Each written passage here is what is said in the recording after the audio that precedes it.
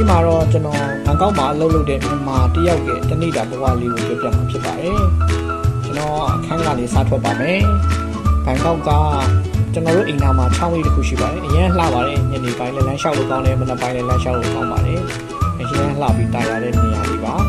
ပြီးတော့လှေလေးနဲ့ကျွန်တော်တို့သွားပါတယ်ဒီလှေလေးက Central World ဘက်ကိုသွားပါတယ်အခုလာတဲ့လှေလေးကတော့ Bankapi ဘက်ကိုသွားပါတယ်လှေနဲ့ဆိုလို့ရှိရင် Central World Bankapi ဘက်ဟောမြို့ထဲနဲ့မြို့ပြင်ပေါ့နော်နှစ်ဖက်လုံးကိုသွားလို့ရတဲ့အခြေအနေလေးပါအခုကျွန်တော်စီးမဲ့လှေစိတ်လေးရောက်နေပါပြီကျွန်တော်ကားနဲ့စီးရင် traffic အရင်ပြီးမှကြောက်လို့လှေပဲစီးပါတယ်လှေနဲ့ပုံမှန်သွားလို့ရှိရင် MRT BTS တွေထက်ကုန်ကျစရိတ်အများကြီးတက်တာပါတယ်MRT BTS တွေထက်ထုတ်ဝက်လောက်နီးပါးကိုဈေးတက်တာပါတယ်အခုကျွန်တော်စီးတဲ့လှေစိတ်ကိုရောက်ပါပြီလှေစိတ်ချင်းလုံးလှေစိတ်ကနေကျွန်တော်အလုပ်ကိုရောက်ပါပြီကျွန်တော်အလုပ်ကိုရောက်တော့ laptop ဖွင့်နေကွန်ပျူတာဖွင့်နေပေါ့နော်ပြီးလို့ရှိရင်ကျွန်တော်ဆွဲကြိုးလေးဆွဲပြီးတော့ဝန်ထမ်းကဆွဲကြိုးလေးဆွဲပြီးတော့လုပ်ပါတယ်အခုတော့ကျွန်တော်ဒါပြီးတော့ပြန်တဲ့အချိန်လေးကတော့ကျွန်တော်ဗီဒီယိုမရိုက်လိုက်ရပါဘူးအခုမှကျွန်တော်ဒီလုပ်လို့တလားနေရတာပါငကောင်းမှာအလုပ်တွေဘယ်လိုရှောက်ပြီးတော့အလုပ်တွေဘယ်လိုရလဲ